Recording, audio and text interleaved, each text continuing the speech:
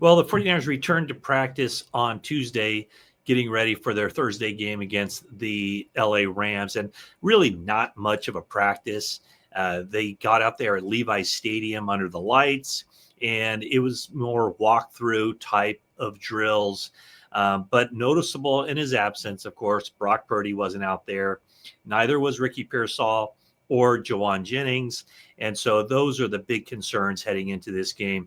I would say almost more so the concern as far as this game goes would be Pearsall and Jennings not being out there. Because at this point, I think with Brock Purdy's physical condition and the way he played in that game on Sunday against the Jaguars, perhaps because of the toe injury, it very well might be that the 49ers' best chance of winning this game would be with Mac Jones at quarterback. But that almost seems like a moot point at this point in the week because one of the things that Brock Purdy said was that if the game were tonight on Tuesday, he wouldn't be able to play, but he still has 2 more days to do this or to get ready to play. Of course, he wants to play if he has that opportunity, if he's cleared, but that remains to be seen whether the 49ers will give him medical clearance, especially coming off of the game in which he did not play well against the Jacksonville Jaguars. There's something going on with his foot,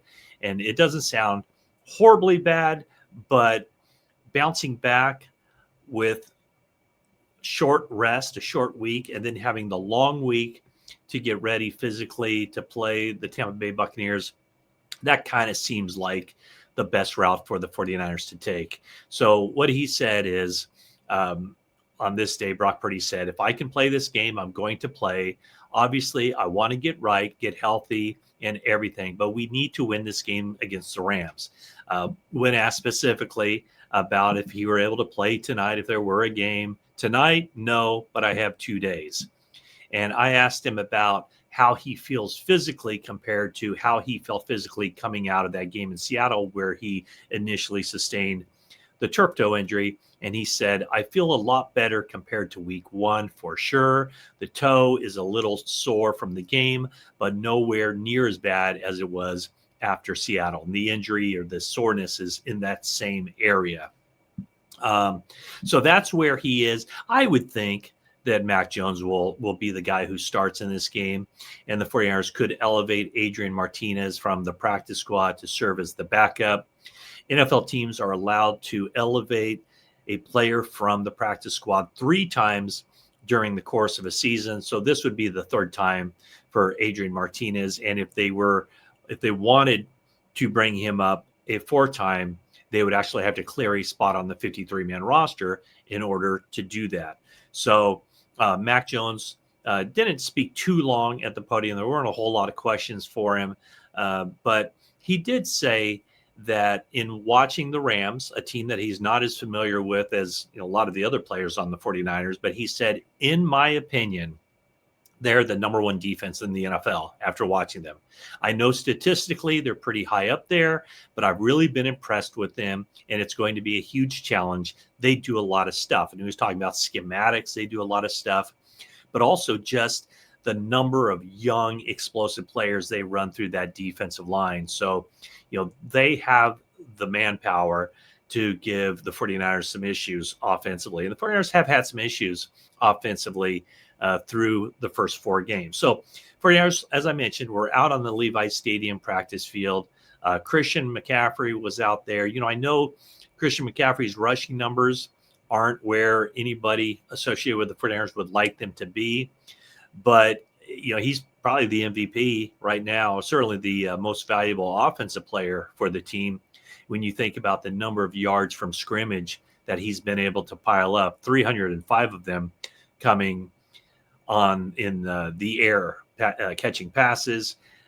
So 305 yards receiving, that ranks 3rd in the NFL as far as yards from scrimmage. I think Puka Nacua, the wide receiver, who will see a lot of Upton Stout, or maybe Upton Stout will see a lot of Puka Nacua on Thursday. He's the NFL leader in that regard. But McCaffrey was out there. Another person who was out there was Brandon Ayuk, still not cleared to practice. He remains on the physically unable to perform list. He could come off that list right now after having served the 4 games. Saw Malik Mustafa out there. He was doing some agility drills as well. So I think Malik Mustafa will have the window open for him after this game against the Rams. And as far as Brandon Ayuk, it's anybody's guess what happens there. But Brandon Ayuk running with the wide receivers or going through dynamic stretching. And so we'll see what the future holds there. But as far as who else practiced and didn't practice, I mentioned Purdy did not practice with the toe injury. Ricky Pearsall with the knee injury. That's a PCL injury for him, the posterior cruciate ligament. What I'm told is a very slight tear of that ligament. And so they're hoping to get him back out there on Thursday. It just seems a little bit iffy when you hear Ricky talking after the game about feeling a lack of stability in that knee. There's Juwan Jennings with the ankle and the ribs, and then another wide receiver, Jordan Watkins, with the calf injury. He'll be out for at least another couple of weeks. And frankly, with the Friars at their wide receiver position right now, Pearsall's healthy. If Juwan Jennings is healthy, Kendrick Bourne, and the other receiver, Demarcus Robinson, I just don't know that Jordan Watkins can be in a position where he can get out there on the field. Also, Robert Beal did not practice due to an ankle injury. And then as far as the players who were limited in practice, a good sign for the 49ers, CJ West was back out there after missing a game after undergoing surgery on his thumb. Yetur Gross-Matos also limited with a knee injury. Cornerback Renardo Green limited with the neck. Michael Williams with the wrist and oblique. And then linebacker D. Winters. And so that's where the 49ers are heading into this. I'm doing my 5 to watch, which 5 players to watch. Drop me a line who you think I should go with. But I think right now I'm going to go with 3 defensive players. I'm going to go with D. Winters, thinking about that matchup with Kyron Williams. I'm thinking about, definitely Upton Stout. He might be my number 1 player to watch just because of that matchup with Puka Nacua. I did talk to talk to Upton Stout at his locker today, and he, I asked him about the challenge of facing Puka Nacua, and he said, "Man, at this point, as a rookie, every game's a challenge, no matter who he's going up against." He referenced Week 1 going up against Cooper Kupp. So, thinking about Puka Nacua, Upton Stout is going to be a busy man. Would not be surprised to see Upton Stout have double-digit tackles in this game. And a lot of it is because that Puka Nacua is going to catch a lot of passes. They target him early. They target him often. And as long as Upton Stout is there, I think the goal is you're going to give up receiving, or you're going to give up receptions to Puka Nacua. It's just a matter of being able to bring him down and not having a short pass go for a long gain. So I have those 2 guys. Also, Bryce Huff. One of the things that really stands out is the Rams offensive line has not been good at all. In fact, even in their win against the Colts, they gave up 25 quarterback pressures, and a good many of those, 9, I believe, were from Rob Halverstein, who is the right tackle for the Rams.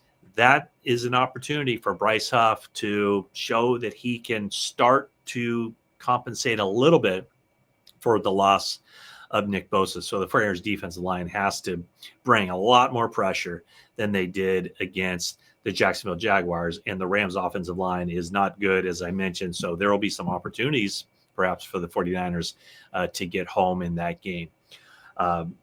Matthew Stafford, very good about getting rid of the ball quickly, avoiding the sack. But if the 49ers can put pressure on him, force him into some mistakes, which he has been known to make, maybe they can snap that string of 11 consecutive games without an interception.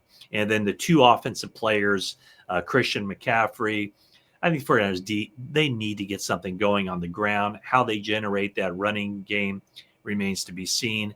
And then the other one is Trent Williams. The Rams' defensive front is very good, as Mac Jones talked about.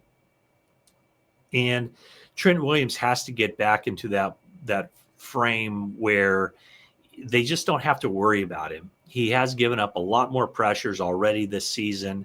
I mean, I think 12 pressures in 4 games, and in the entire 2023 season, 20 pressures the entire season. So he's got to get back on track, see, what the future holds for Trent Williams, but also if he can get the run game going, run behind that left tackle, run behind the left guard. If Connor Colby can tighten things up, he's had some issues here in his 2 games as a starter. So those are the 5 players to watch in this game.